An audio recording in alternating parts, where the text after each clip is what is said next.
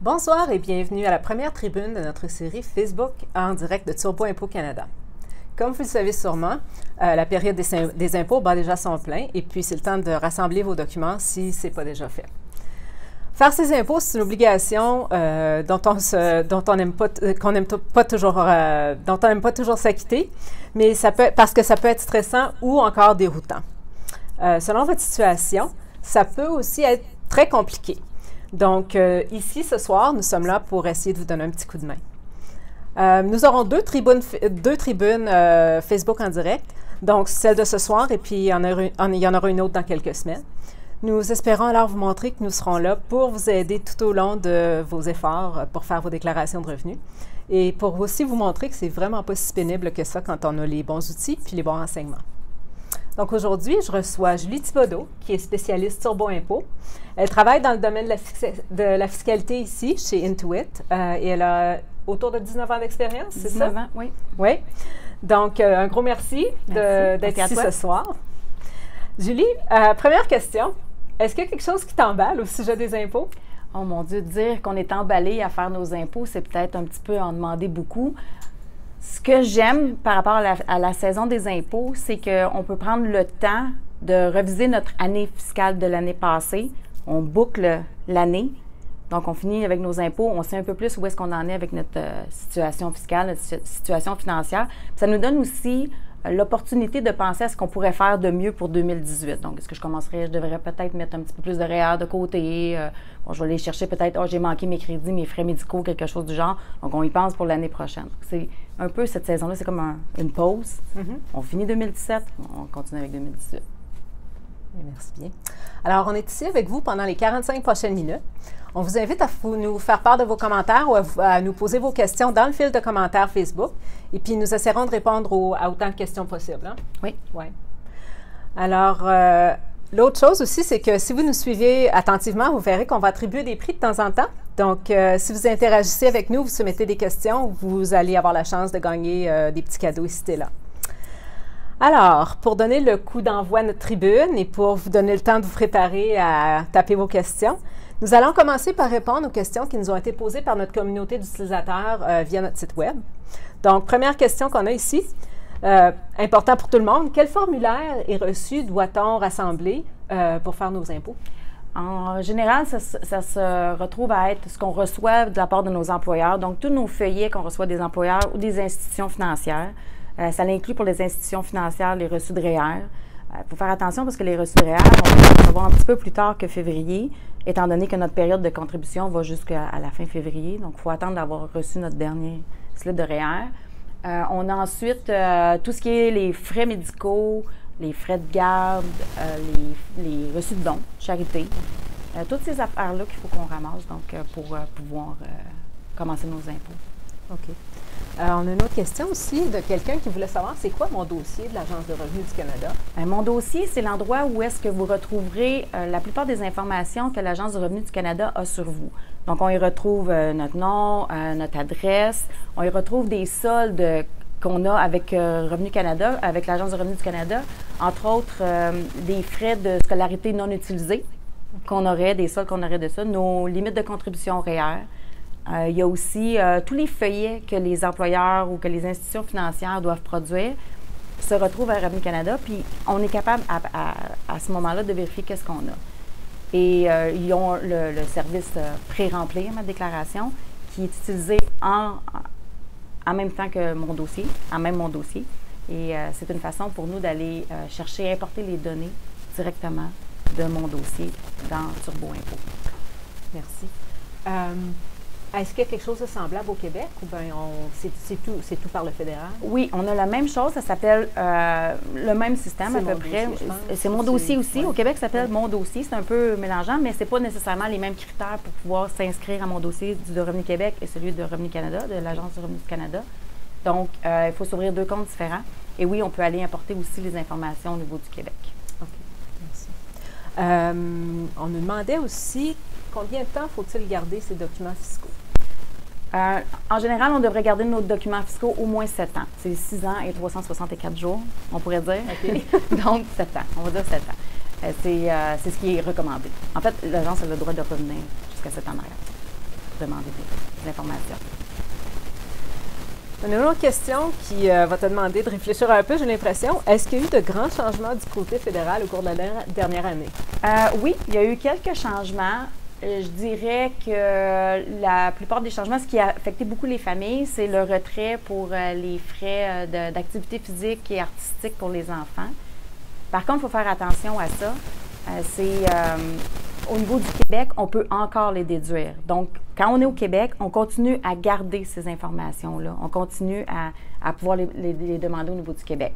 Il y a aussi le crédit pour le transport en commun. On peut le réclamer du 1er janvier au 30 juin.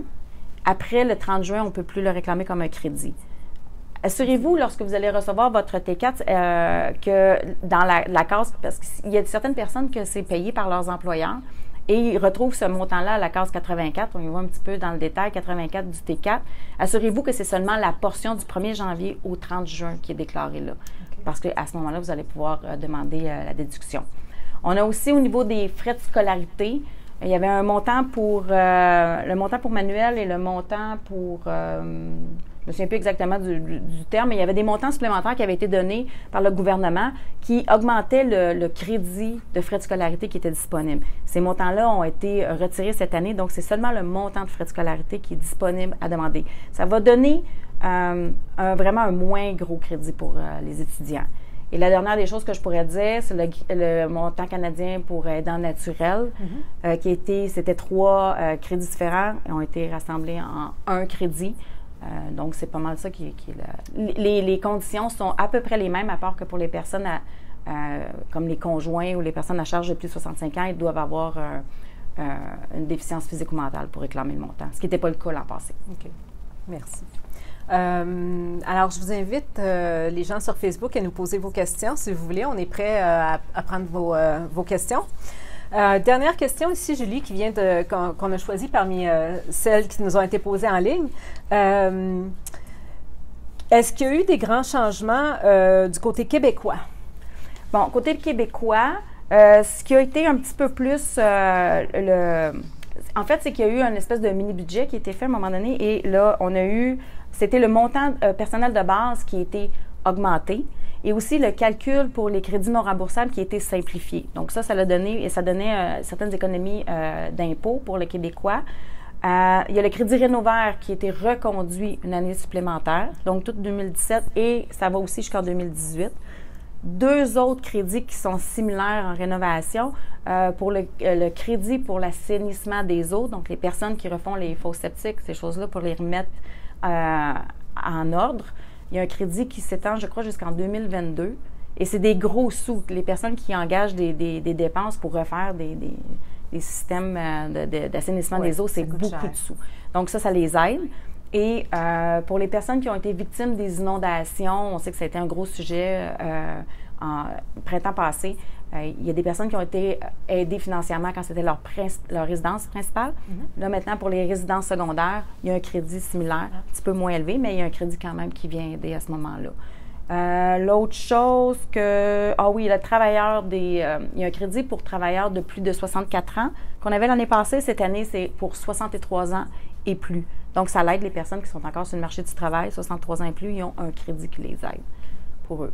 C'est bon. Donc, c'est quand même bien. Ouais. Ben oui, c'est bien pour ces gens-là. Oui. Petite chose que je voudrais vous dire aussi, c'est que si vous partagez l'événement Facebook en direct avec vos amis, vous pourriez gagner une carte cadeau Tim Hortons de 10 $. Donc, ça vaut la peine. Juste un petit partage vite. Question d'un utilisateur de notre auditoire maintenant. L'avantage de faire nos impôts avec un logiciel comme celui que notre entreprise offre, comme Turbo Impôt. Comme Turbo Impôt? Oui. Le plus gros avantage, c'est que vous n'êtes pas seul. On vous guide pas à pas. Il y a des informations que vous devez entrer, personnellement, que nous, on ne sait pas. Vos noms, vos feuillets, mais encore là, avec les systèmes d'importation qu'on a des gouvernements, on vous aide à compléter ça. Et on vous montre une série de questions qui vous amènent à dire « Oh oui, peut-être que je pourrais réclamer tel crédit. Ah, j'ai peut-être droit à cette déduction-là. » Donc, ça vous met au courant de ce que vous êtes capable d'aller chercher. Donc, et en même temps, mais ça fait en sorte que vous vous prenez en main, si on veut, et pour les années suivantes. Donc, vous savez qu'est-ce que vous pouvez demander. OK. Merci. Il y a quelqu'un qui veut savoir quand il faut commencer à préparer ses rapports d'impôts et puis pourquoi. Moi, je pense que c'est tout au long de l'année. Faut toujours que tu sois... Parce que c'est facile d'oublier des choses. C'est facile d'oublier un reçu. La vie va vite. Donc, si on se fait à la base un dossier où on peut garder tous nos reçus ou tous nos feuillets ou peu importe au même endroit, c'est plus facile après ça quand ça vient vraiment le temps, au mois de février, mars, de faire nos impôts, avril. Tout est là. Donc, on n'est pas perdu, on ne cherche pas. Donc, oui, je dis, moi, c'est tout au long de l'année. Et c'est sûr que rendu janvier, février, c'est là où est-ce qu'on se dépêche un peu plus à trouver nos choses. Et oui. OK. Donc, très bon conseil. Faites-vous un petit dossier et puis mettez tous vos papiers d'impôt au même endroit. Au même endroit. Ça peut être une boîte à souliers. C'est ça. Le but, c'est de rassembler toutes ces choses. Que tout soit là quand on en a besoin. Donc, parce que c'est pas drôle. On n'oublie rien. On n'oublie rien. C'est ça. Quand on est rendu le 30 avril puis qu'on cherche son reçu de don. Oui, de don, c'est ça. C'est plat. Donc, on a aussi quelqu'un qui nous pose une question à propos du transport en commun. Oui. On nous dit que le crédit a été aboli. Oui. Est-ce qu'on peut réclamer quelque chose pour une partie de l'année? Du 1er janvier au 30 juin, vous avez le droit. Et ça doit être des passes mensuelles. Donc, ça ne peut pas être juste des droits de transport que vous achetez un à un. Ça doit être un permis mensuel. Okay. Donc, oui, vous pouvez encore, jusqu'au 30 juin. Parfait. Bon à savoir. On a quelqu'un qui nous posait une question ici, nous disant j'ai jamais soumis de renseignements figurant sur des relevés T à l'Agence de revenus du Canada. Est-ce que le service pré-remplir ma déclaration va fonctionner quand même? Oui, en autant que vous ayez un compte avec mon dossier, si vous êtes ouvert un compte avec mon dossier, en général, et que votre employeur, votre institution financière, ou si vous avez un employeur ou une institution financière, bien sûr, qui a envoyé les renseignements à l'Agence de revenus du Canada, il n'y a pas de raison que le système pré-remplir ma déclaration ne fonctionne pas. Ça fonctionne aussi. Si vous avez des choses à importer, ça va fonctionner. Mais vous devez avoir votre dossier tout ouvert. OK, mon dossier. C'est ça prend ça. Puis mon dossier, pour les gens qui ne savent pas comment ça fonctionne ou où aller ouvrir mon dossier, où est-ce qu'on va? On va sur le site de l'Agence du revenu du Canada. Il y a des liens un peu partout sur le site qui vous incitent à aller vous inscrire. Nous aussi, on vous montre aussi dans Turbo Impôt, on vous montre comment faire pour accéder à mon dossier.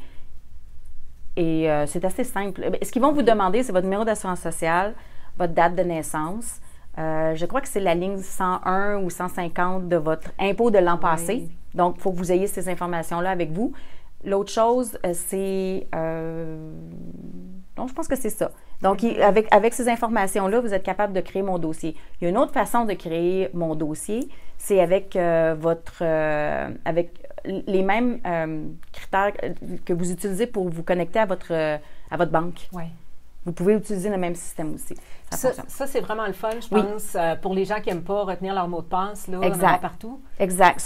Donc, tu utilises les mêmes mots de passe, le mot d'utilisateur que vous prenez pour vous connecter à votre banque. Ouais. Et c'est la même chose du côté de Revenu Québec. Ils ont instauré ça, la même chose cette année. Donc, c'est plus facile d'avoir accès. Ils essayent vraiment de faire en sorte que les personnes aient accès le plus facilement possible aux informations qu'ils ont en banque. Donc, c'est une bonne chose. Là. Ils s'arrangent vraiment pour aider les personnes. Pour simplifier la vie des gens, finalement. Oui. C'est bien ça. On a quelqu'un qui voulait savoir, c'est quand le meilleur moment pour faire ses impôts? Pour les commencer, comme je disais tantôt, on ramasse nos papiers tout au long de l'année.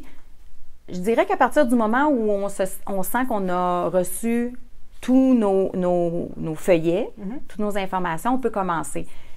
Il y a certaines personnes qui commencent un peu plus tôt, en janvier, commencent à entrer des chiffres un peu fictifs parce qu'ils utilisent le calculateur de REER qu'on a, l'optimisateur de REER. Oui. Donc, ils vont savoir, ça va leur donner une bonne idée de la quantité de REER qu'ils peuvent cotiser d'ici au 28 février, comme on pourrait dire. Ils se servent beaucoup de ça. Après ça, ils reviennent, là, ils continuent leur déclaration. Donc, ils s'en servent comme un peu d'outil de planification pour les REER. Puis les logiciels d'impôt comme Turbo Impôt, généralement, il est disponible pour l'année d'imposition à partir de... Nous, à partir de décembre, pour la version en ligne et la version téléchargée, même chose, on est disponible à partir de décembre. Donc, ils peuvent commencer à entrer des chiffres avec des estimés. On peut y aller avec son talon de paye. On dit, j'ai gagné à peu près tant, j'ai eu tant qui a été déduit de mon revenu. Qu'est-ce que ça va faire si je mets 5 000 en REER? C'est beaucoup, 5 000 mettons 1 000 quel impact ça va nous donner? Donc oui, à partir de décembre, on a déjà... Il y a beaucoup de monde qui l'utilise. Ah oui? Oui, il y a beaucoup de monde qui l'utilise. Puis je présume que ce que les gens peuvent faire aussi, s'ils ont un petit peu peur d'aller faire leurs impôts pour vrai, s'ils ont déjà le logiciel, ils peuvent aller se pratiquer, puis effacer leurs données, puis recommencer. Ah oui, définitivement. Merveilleux, ça. Oui. C'est super. Oui. Bon, ben on va continuer à lire les questions de nos utilisateurs. Une dame nous dit, ma fille fait du gardiennage quelques fois par semaine. Okay. Pourquoi doit-elle produire une déclaration de revenus? Bon, écoutez, c'est une bonne question. Techniquement, du gardiennage, on ne reçoit pas nécessairement un feuillet qui dit, puis c'est la petite dame qui donne 20 $ à la fin de la soirée. Dépendamment du niveau de revenu qui est rentré, bon, on pourrait commencer à penser à dire, bon, peut-être qu'elle est capable d'aller chercher certains crédits. Ça va peut-être être un peu difficile. Ça a 14 ans, il n'y a pas grand crédit qu'elle peut aller chercher. C'est un peu plus âgé, oui, peut-être qu'il y a certains crédits. Ce qu'il faut tenir compte, il faut aussi entrer ces informations-là. Si vous demandez un crédit pour personne à charge, vous devez entrer le revenu de votre enfant à charge aussi. Okay. Ça va avoir un effet sur certains crédits. OK, ça c'est bon à savoir. Oui. OK. Maintenant, on a une question pour les gens sur Facebook. OK. Selon vous, quelles sont les 3 principales choses que tout le monde doit savoir au moment de préparer sa déclaration de revenus? Si vous voulez nous inscrire vos réponses, vous pourriez gagner un prix. Donc, on va faire tirer un prix au cours de notre tribune. Alors, allez-y avec vos réponses. Les 3 principales choses que tout le monde devrait savoir au moment de faire sa déclaration de revenus. Alors, allez-y, on attend vos réponses. Question d'un autre utilisateur ici. On nous demande, peut-on encore cotiser à un REER lorsqu'on est retraité? Si vous avez, ça dépend quel âge que vous avez. Parce que la retraite, on peut commencer à être retraité à 50 ans. Moi, j'aspire d'être retraité à 50 ans. Mais, donc, si vous avez encore une limite de cotisation à un REER, oui, vous pouvez encore cotiser à un REER jusqu'à temps que vous ayez 70 ans. La limite, c'est 70 ans. Mais il faut que vous ayez une limite de cotisation. Donc, vous avez des REER que vous n'avez pas cotisé jusqu'à ce qui est la plupart des gens ont. Ben oui, c'est ça. Il faut vous mettre beaucoup de REER pour... Ça, cette limite-là, on a ça sur nos... Sur nos avis de cotisation ou à mon dossier. Dans mon dossier, on a accès à ça. Voir mon dossier. Mon dossier, exactement. À partir de quel âge est-ce qu'il faut, là, on parlait de la retraite, mais là, on va parler de l'autre pendant. À partir de quel âge il faudrait commencer à produire une déclaration de revenus? Écoutez, ça aussi, c'est une super de bonne question. Je dirais qu'à partir du moment où est-ce qu'on a des feuillets qu'on reçoit, je vais prendre pour exemple mon fils, il a 16 ans, il reçoit des T4 parce qu'il travaille, il a commencé à avoir un petit emploi, il travaille. Oui, pour aller faire sa déclaration de revenus. C'est certain qu'à partir de 18 ans, ça serait important parce qu'ils peuvent aller chercher des crédits comme le crédit pour solidarité qui se donne à partir du moment que tu as 18 ans, ton crédit pour TPS. Donc, si tu es capable d'aller chercher ces crédits-là, tu y vas. Même si tu n'as pas un gros revenu, tu dis « Ah, mais j'ai rien gagné à 1000 $. C'est pas grave. Peut-être que sur ton 1000 $, tu as payé 100 $ d'impôt. Donc, ça te reviendrait, tout l'argent que tu as payé en impôt te reviendrait parce que ton revenu est tellement bas que souvent, l'impôt payé revient. Donc, c'est intéressant d'aller faire son impôt. Et c'est pas long pour quelqu'un comme ça. Pour un jeune, surtout. Facile. Puis on a le logiciel gratuit qu'ils peuvent utiliser, donc c'est facile pour eux de faire leurs impôts. Et en plus, ça les conscientise oui, à s'occuper de leur finances personnelles. C'est quelque chose que nous, on devrait, en tant que parents, montrer à nos enfants aussi. Parfait, merci bien. Question concernant les cégepiens. Okay. Donc, les jeunes au cégep, on nous dit que le parent a gagné plus de 100 000 $. Est-ce possible d'avoir une déduction? OK, donc à ce moment-là, on doit faire la déclaration de revenus de l'étudiant. Mm-hmm. On doit, à partir de là, calculer et Turbo Impôt fait le calcul pour vous Et il va vous dire, et ça dépend toujours du revenu de l'étudiant aussi. Okay. Donc, l'étudiant doit prendre en premier les frais de scolarité sur sa déclaration, le plus possible, et ensuite transférer ce qui reste vers le parent. Donc, on doit faire ça, et c'est possible que oui, qu'il soit capable d'aller chercher des déductions. Ça dépend toujours de la situation. Mais oui, c'est possible. Ça vaut la peine de le faire. Ah, ben oui, c'est certain. Oui. Encore un petit incitatif à nous poser des questions. Si vous nous soumettez vos questions, vous pourriez gagner une inscription gratuite à Turbo Impôt. Donc, vous pourriez l'utiliser gratuitement cette année. Vous n'avez qu'à soumettre vos questions, puis un petit tirage à la fin. Donc, allez-y. On a une autre question intéressante, en fait, au sujet des droits d'auteur. C'est rare qu'on entend parler de ça. Rare. C'est très rare, mais on va essayer de vous répondre. Oui. Est-ce qu'il y a des réductions pour ces... On a inscrit réduction, mais peut-être qu'on voulait dire déduction. On m'a dit qu'en bas de 15 000 c'était pas imposable. Bon, oui. Là, il y a différentes façons que c'est calculé par rapport aux droits d'auteur. En général, je ne suis pas exactement certaine, je ne suis pas spécialiste dans les droits d'auteur, donc je ne veux pas trop m'avancer, mais je sais que dans l'entrevue, il y a un certain endroit où est-ce qu'on entre le montant de droits d'auteur qui a été gagné. On est capable d'aller chercher une déduction pour ça. Mais si vous utilisez Turbo Impôt, il y a un endroit où ils vous demandent d'entrer, parce que j'imagine qu'ils reçoivent un T4A avec les montants qu'ils ont gagnés, et dans la section déduction, on vient réduire le montant auxquels ils ont droit, là, finalement.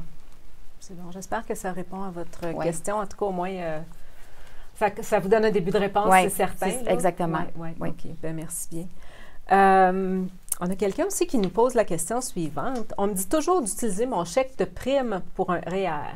Oui, prime dans le sens, dans un bonus. Dans un bonus, OK. Moi, personnellement, c'est ce que je fais. Si j'ai un bonus, je l'utilise souvent pour combler une partie de mes REER parce que on peut dire que c'est difficile. Je mets comme des REER à chaque semaine, mais bon, c'est un montant limité. Donc, je me sers peut-être de mon bonus en fin d'année, puis je dis, bon, je vais prendre une partie, puis je vais le mettre dans mes REER. Ce que ça fait, c'est que ça compense un peu vu que j'ai un bonus, je dois payer de l'impôt supplémentaire. Donc, le REER vient diminuer mon montant, mon revenu imposable. Donc, ça l'aide là. C'est pour ça que c'est une bonne idée. C'est certain que si vous avez des cartes de crédit à 18-20 %, prenez une partie de votre bonus puis payez vos cartes de crédit en premier. Là. Mais oui, c'est toujours une bonne alternative pour sauver de l'impôt.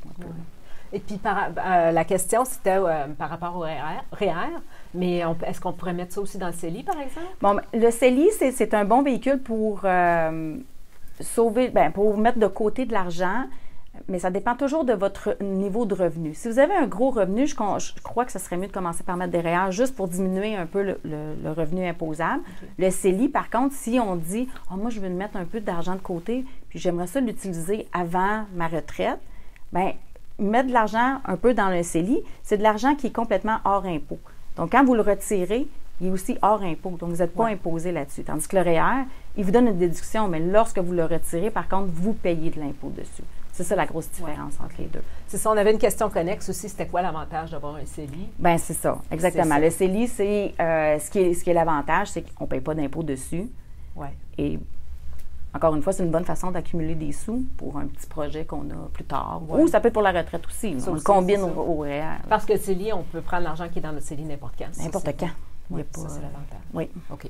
C'est bon. On a une question déménagement. Après les impôts, les gens déménagent au Québec. Hein? Ça part. On fait nos impôts, puis après ça, on prépare les déménagements. Quelles dépenses peut-on déduire si on déménage pour des raisons professionnelles? Bon, pour pouvoir déduire des frais de déménagement, la première des choses, il faut avoir déménagé au moins de 40 km de où est-ce qu'on restait à vers où est-ce qu'on s'en va pour se rapprocher de notre revenu d'emploi, de notre emploi. Bon, il y a toutes sortes de frais qu'on peut déduire et la chose que je vais mettre tout de suite au clair, chaque demande de frais de déménagement va être vérifiée par les gouvernements. Okay. Je sais, ça m'est déjà arrivé. Il faut être vraiment très prudent quand on demande des frais de déménagement, déduction pour déménagement. La raison est simple. Il faut que ce soit pour une bonne raison. Il y a beaucoup de monde qui déménage dans une année, donc il faut quand même avoir une bonne raison. Et on doit garder tous ces reçus, tout le kilométrage, parce qu'il y a une portion kilométrage qu'on peut demander. Donc, c'est important d'avoir, on appelle ça des logbooks. Je ne sais pas en français comment on dit, c'est comme un carnet. Un carnet où est-ce qu'on met nos inscrit exactement ton kilométrage que tu as fait. Et ça, c'est pour un maximum de 15 jours. OK. C'est important de garder vraiment, vraiment tout. Si vous êtes super bien documenté, il n'y a pas de problème. Vous n'aurez pas de problème à demander la déduction pour déménagement. Donc, on parle des frais de subsistance. Quand vous avez dû manger, vous étiez sur la route ou je ne sais pas. Moi, j'étais partie de l'Alberta pour m'en revenir au Québec. Donc, j'avais 3-4 jours de déménagement, d'hôtel. Exactement. Donc, j'avais tous mes papiers, j'avais toutes mes choses. On parle aussi, si vous avez dû vendre votre maison, donc tout ce qui était les honoraires pour vendre la maison, vous pouvez les réclamer. Si vous achetez une nouvelle maison, et vous avez dû payer des honoraires aussi pour la nouvelle maison, vous pouvez le réclamer. Donc là, on parle des honoraires, on parle des avocats, des notaires, des ça. agents d'immeuble. Exactement. Les commissions d'agents d'immeuble? Non, pas les commissions. Non. Okay. Ça, c'est plus au niveau là, des notaires, tout ça. Ouais. En fait, dans Turbo Impôt, on a vraiment, dans la section frais de déménagement, on détaille exactement ce que vous pouvez demander. Donc, ça va vous donner une idée de ce que vous pouvez demander à l'avance. Donc, si vous allez déménager cette année, allez voir à peu près ce que c'est en 2017. Ça va vous donner une idée en 2018 parce que c'est des crédits qui ne changent pas nécessairement beaucoup d'année en année. C'est assez stable. Parfait. On a quelqu'un ici qui veut savoir, on nous parle d'une séparation. Donc, la personne s'est séparée en mars l'an dernier. Voudrait savoir si elle est considérée, il ou est considérée, comme personne vivant seule.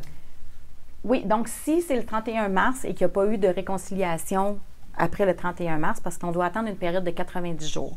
C'est la norme des deux gouvernements, de Revenu Canada ou de Revenu Québec. Donc, vous devez attendre ça. Une fois que c'est... Et là, ça dépend si vous étiez... parce que votre statut marital va être soit séparé, si vous étiez marié, soit vous allez retourner célibataire si vous étiez conjoint de fait. Parce que ça n'a pas le même statut. Mais oui, à la fin de l'année, vous pouvez demander le montant pour personne vivant seule. Il y a certaines conditions pour avoir le montant pour personne vivant seule, mais vous pouvez le demander. Turbo Impôt va le calculer pour vous. OK. Oui. Parfait. Merci. Quelqu'un qui veut savoir, on fait quoi quand on n'a pas nos reçus de frais médicaux? Ah ben, ça, c'est quand même pas si pire. Ah, OK. Parce que la pharmacie, si c'était des frais médicaux avec la pharmacie, a un résumé de tous les frais médicaux que vous avez achetés. Vous pouvez aller voir votre pharmacien, lui demander, pouvez-vous me donner la feuille de frais médicaux? Ce qu'on devrait tous faire, en quelque part, au lieu de garder la pile de reçus, puis là, calculer tout ça. Eux, ils vont imprimer ça, c'est super facile. Pour eux, ils l'ont tout dans leur inventaire. C'est hyper facile. Ouais. L'autre chose, si on ne se souvient pas exactement tous les autres frais médicaux on parle optométriste, dentiste, la plupart du temps, je suis à peu près certaine que tout le monde marque ça dans un agenda en quelque part. C'est pas son téléphone, dans un agenda, dans son ordinateur. Retournez voir. C'est vrai. Retournez voir, c'était quand vos rendez-vous. Puis là, dire, oh mon Dieu, je pense que ça, je ne l'ai pas. Bien, retournez voir votre optométriste, retournez voir votre dentiste. Puis je suis pas mal certaine qu'ils vont vous donner la liste des frais de 2017. Ils ont tout ça. Oui, ils ont tout ça. OK.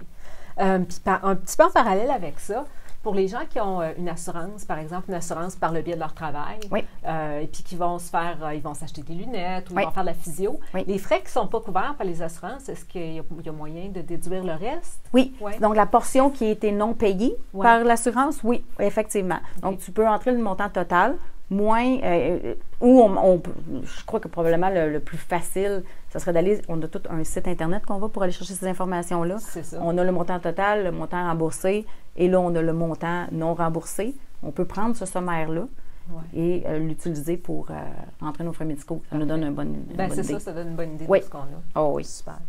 OK. Question de notre auditoire sur Facebook. Est-ce que le relevé 31 au provincial est seulement pour le revenu du crédit de solidarité? Oui. En fait, ça sert pour calculer le crédit de solidarité et ça le prend pour pouvoir demander ce crédit-là si vous louez un appartement.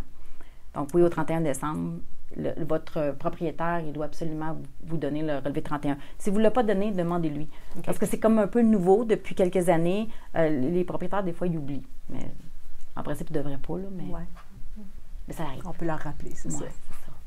On a une question concernant les travailleurs autonomes. Oui.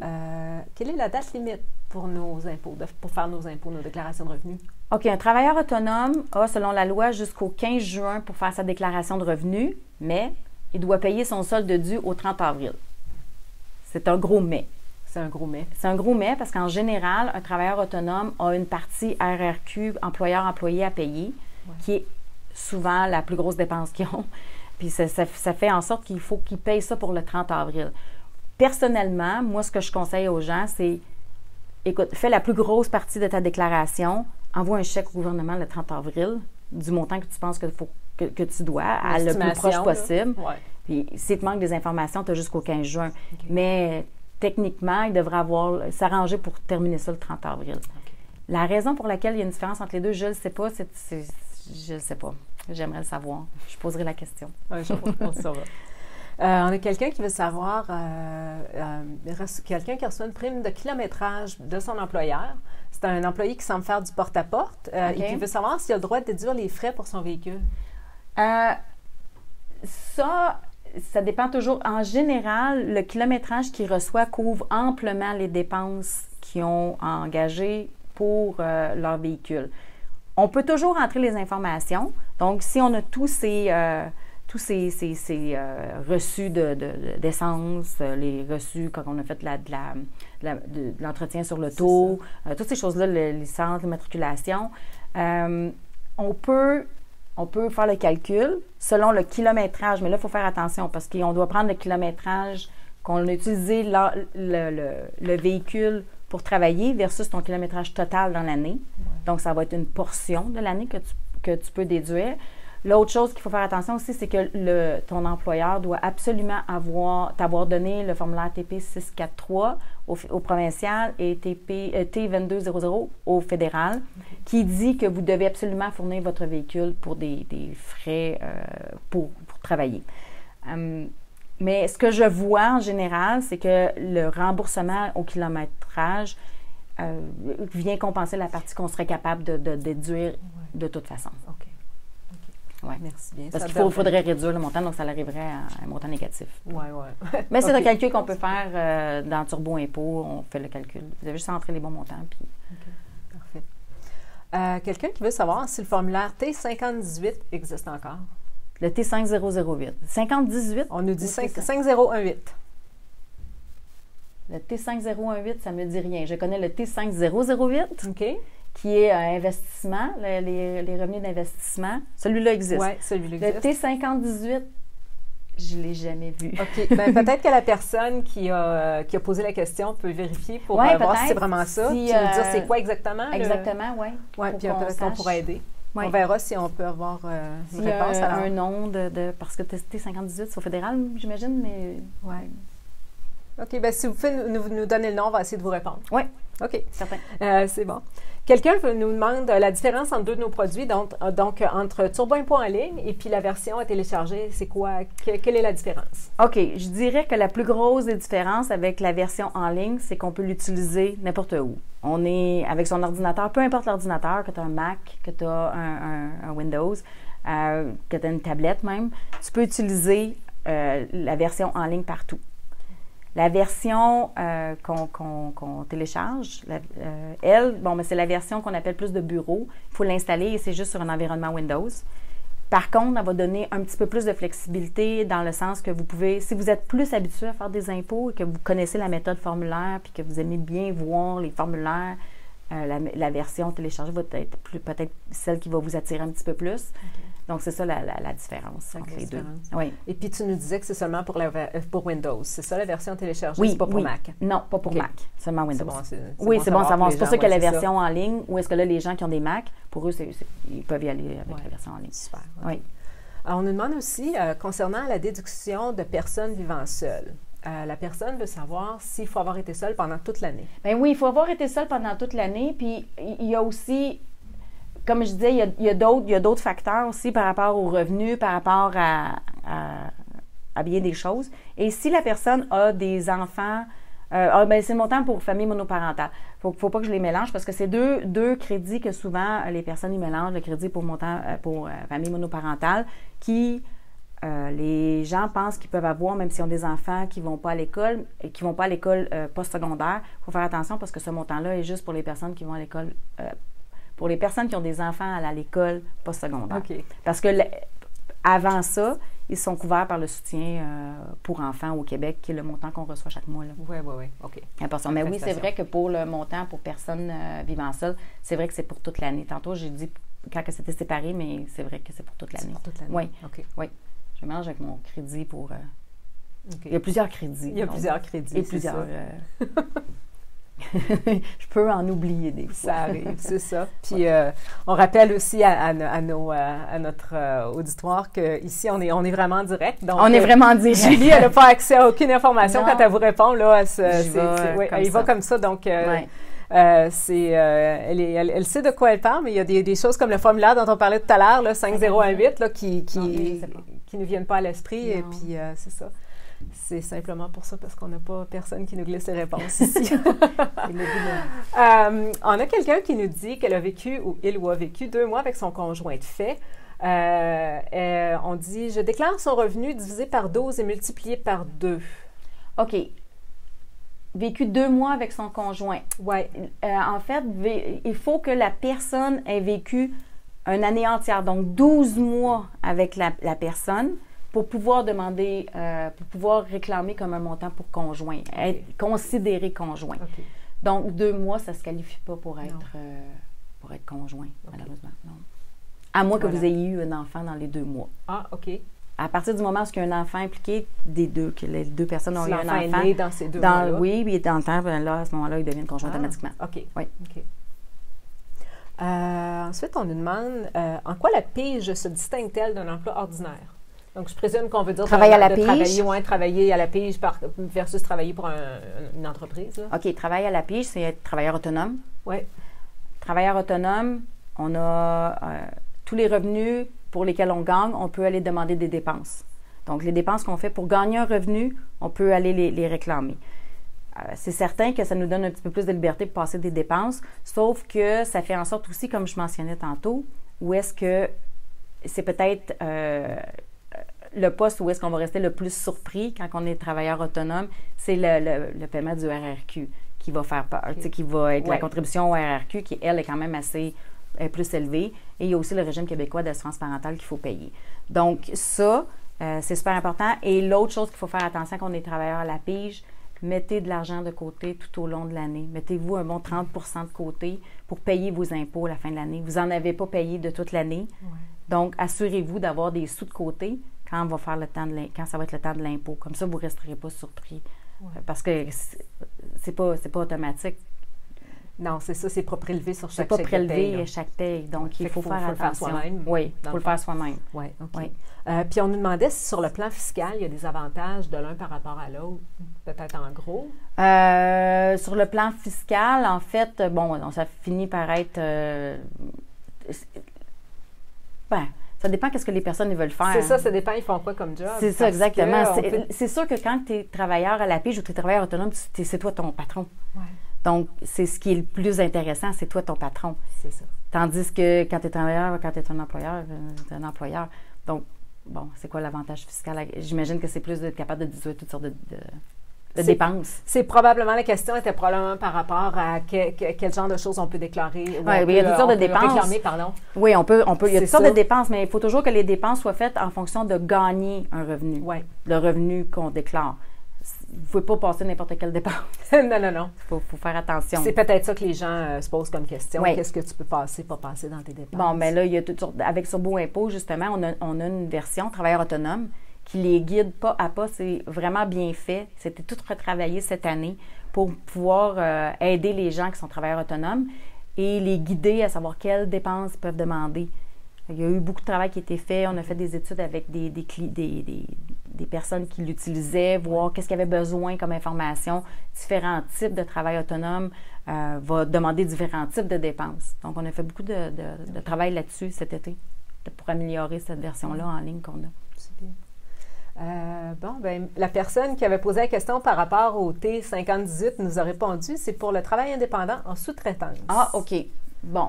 Je connais le T10, comment est-ce que ça s'appelle? Il y en a un autre, là, que je ne me souviens pas tout par cœur de tous les numéros de formulaire, mais T5018, écoute, tu peux le considérer, je ne crois pas qu'on ait jamais supporté ce formulaire-là en tant que tel, mais tu peux le considérer comme du travail comme du travail autonome, travail à la PIG, ouais. exactement. Okay. Donc, oui, tu l'entrerais dans un T21-25 ou quelque chose comme ça. OK. J'espère que ça répond à votre question. Ouais. C'était pas super facile pour nous parce qu'on avait les deux questions séparées, donc voir c'était quoi au début la question. Ouais. On espère que ça va vous aider un petit peu quand même. Il y a quelqu'un qui en est à sa 2e année d'études, qui travaille à temps partiel et que son revenu est constitué de pourboire. À ce moment-là, est-ce qu'il faut produire une déclaration? Oui, il faut produire une déclaration. De toute façon, votre employeur, il va vous donner un relevé 1. T4 relevé 1 par rapport à ça, même si vous gagnez des pourboires, parce que c'est déclaré. Surtout au Québec, c'est vraiment suivi, ces choses-là. Ouais. Donc, oui, vous devriez faire votre déclaration. Premièrement, probablement, vous ne faites pas un gros salaire, j'imagine. Vous pouvez aller demander votre crédit pour frais de scolarité. L'autre chose, l'impôt, encore une fois, si vous n'avez pas fait un gros salaire, donc il y a bien des chances que vous receviez tout l'impôt que vous avez payé. Ça vaut la peine. Si vous êtes 2e année d'études, probablement 18 ans, encore une fois, crédit solidarité, crédit TPS, que tu peux aller chercher, ça vaut la peine. Ça vaut la peine. On prend le temps d'aller faire nos petites déclarations. Super. Ben oui, c'est ça. La personne nous demande aussi qu'est-ce qu'elle peut déduire. Puis je me pose la question aussi en voyant sa question. Si tu travailles à pourboire, est-ce que tu es employé par quelqu'un? La déduction va changer, hein? Tu es employé par quelqu'un. Tu ne peux pas vraiment déduire rien quand tu es employé à pourboire. Ça, hein? À pourboire, c'est non. Tu ne peux pas rien déduire. J'ai jamais vu ça. J'avoue que j'ai jamais vu quelqu'un à pourboire qui pouvait déduire des choses. Puis comme ça, je comprends que tu s'achète des souliers super confortables parce que souvent, c'est des serveuses dans des bars, dans des restaurants, puis ils marchent à 10 km par jour. Mais non. Peut-être que l'employeur peut les aider, par exemple, à payer leurs dépenses, mais... Toujours poser la question à son employeur. Oui. On a une question au sujet du budget d'hier. Donc, je ne sais pas si tu as eu le temps de le lire un peu. Moi, je suis dans la période des impôts. On est dans la période des impôts ici, mais on peut quand même regarder. On nous demande, est-ce qu'on va avoir droit de nouveaux crédits d'impôt? J'ai pas tout à fait le tour. Ce que j'ai vu, c'est certaines choses. Je crois qu'il y avait un nouveau crédit d'impôt, mais écoute, je vais dire que je suis... non, j'ai pas eu le temps de regarder. Je m'excuse envers tous. Je suis occupée à préparer mon Facebook en direct. C'est ça. Il y a quelqu'un qui nous posait une question. C'est une question bien générale pour toi. As-tu des trucs pour aider à sauver de l'impôt? Ah, des trucs pour aider à sauver de l'impôt. Bon, OK, les trucs, je dirais que les choses que les gens oublient le plus, c'est les frais médicaux. Encore une fois, ça revient toujours aux mêmes choses. Les frais médicaux, les dons. Sauver de l'impôt, mettez de l'argent dans vos REER un petit peu à chaque semaine. Même si c'est 20$. Ça va vite. Ça va vite. Mettez-le de côté. Comme ça, ben ça va peut-être, vous allez peut-être rester surpris que vous allez ramasser des bons montants. Sauver de l'impôt, à part ça, bon, ben, assurez-vous d'avoir tous vos feuillets. Donc, c'est pas mal les choses, je dirais. C'est vraiment là, les reçus qu'on oublie de déclarer. C'est souvent ça. Autrement dit, si on est bien organisé pendant toute l'année, on va peut-être sauver de l'impôt aussi. Vous pouvez aller lire aussi, vous retournez dans le logiciel, puis vous pouvez retourner une fois que l'impôt est fait, puis lire, regardez c'est quoi les différents crédits que vous avez. Parce que des fois, on fait ça super rapide, puis je comprends que les gens, ils n'aiment pas ça faire leurs impôts. Ça, je comprends ça. C'est pas la tâche la plus extraordinaire. Non. Et c'est surtout pas celle... Puis en plus, on a toujours peur de devoir payer de l'impôt. Donc, une fois que c'est fait, c'est envoyé, vous prenez le temps, retournez-y, allez voir qu'est-ce que vous pourriez aller demander. Peut-être que vous ne savez pas, puis que vous avez le droit à ce crédit-là. Ouais. Vous avez juste besoin, c'est juste prendre le temps de le faire. Puis si on a déjà soumis notre déclaration de revenus, puis on se rend compte qu'on aurait pu demander autre chose ou qu'on oublie des choses, c'est quoi la procédure à suivre? Bon, dans la version téléchargée qu'on a, vous avez accès à un formulaire qui s'appelle le T1ADJ pour le fédéral et le TP1R pour le provincial. Donc, vous allez juste aller entrer dans le logiciel les informations qu'on vous demande et vous avez à imprimer ce formulaire-là. Donc, si je dis j'ai oublié un feuillet de REER, c'est pour ma ligne 208, je crois. J'avais 1 000 j'en ai rajouté un autre, donc ça fait 2 000 Eux, après ça, on l'envoie à l'Agence du revenu du Canada. Eux, ils font le calcul pour nous. Pour la version en ligne, on ne supporte pas ces formulaires-là, donc c'est d'aller directement sur le site des gouvernements, télécharger la version PDF, la remplir et l'envoyer par la poste. Quand on l'envoie par la poste, on doit envoyer, par contre, le reçu qui était oublié d'envoyer. OK. Merci. Mais mesdames, messieurs, c'est tout pour aujourd'hui. On a terminé notre Facebook Live, ou Facebook en direct, pardon. Oui. Je voudrais remercier Julie d'abord d'avoir répondu à cette question. Merci à toi, Christian. Un gros merci. Puis merci à tout le monde qui nous a posé des Oui. questions en ligne par Facebook et notre communauté d'utilisateurs aussi. On a vraiment beaucoup apprécié. Oui. Vous pouvez continuer à poser des questions en ligne via la communauté d'utilisateurs. Il y a des gens qui vont vous répondre là, Oui. ou d'autres utilisateurs aussi. Et puis, on a un autre Facebook en direct, toi et moi, le Oui. 10 avril. Oui. Le sujet, ça va être les parents, nouveaux parents et travailleurs autonomes, je crois. Ah, je crois, oui. Je crois que c'est ça. Donc, préparez vos questions et puis dites-le à vos amis aussi s'il y en a qui sont intéressés à nous parler via Facebook. On va prendre vos questions. Alors, c'est un rendez-vous dans 2 semaines, le 10 avril. Merci tout le monde. Bonne soirée. Bonne soirée.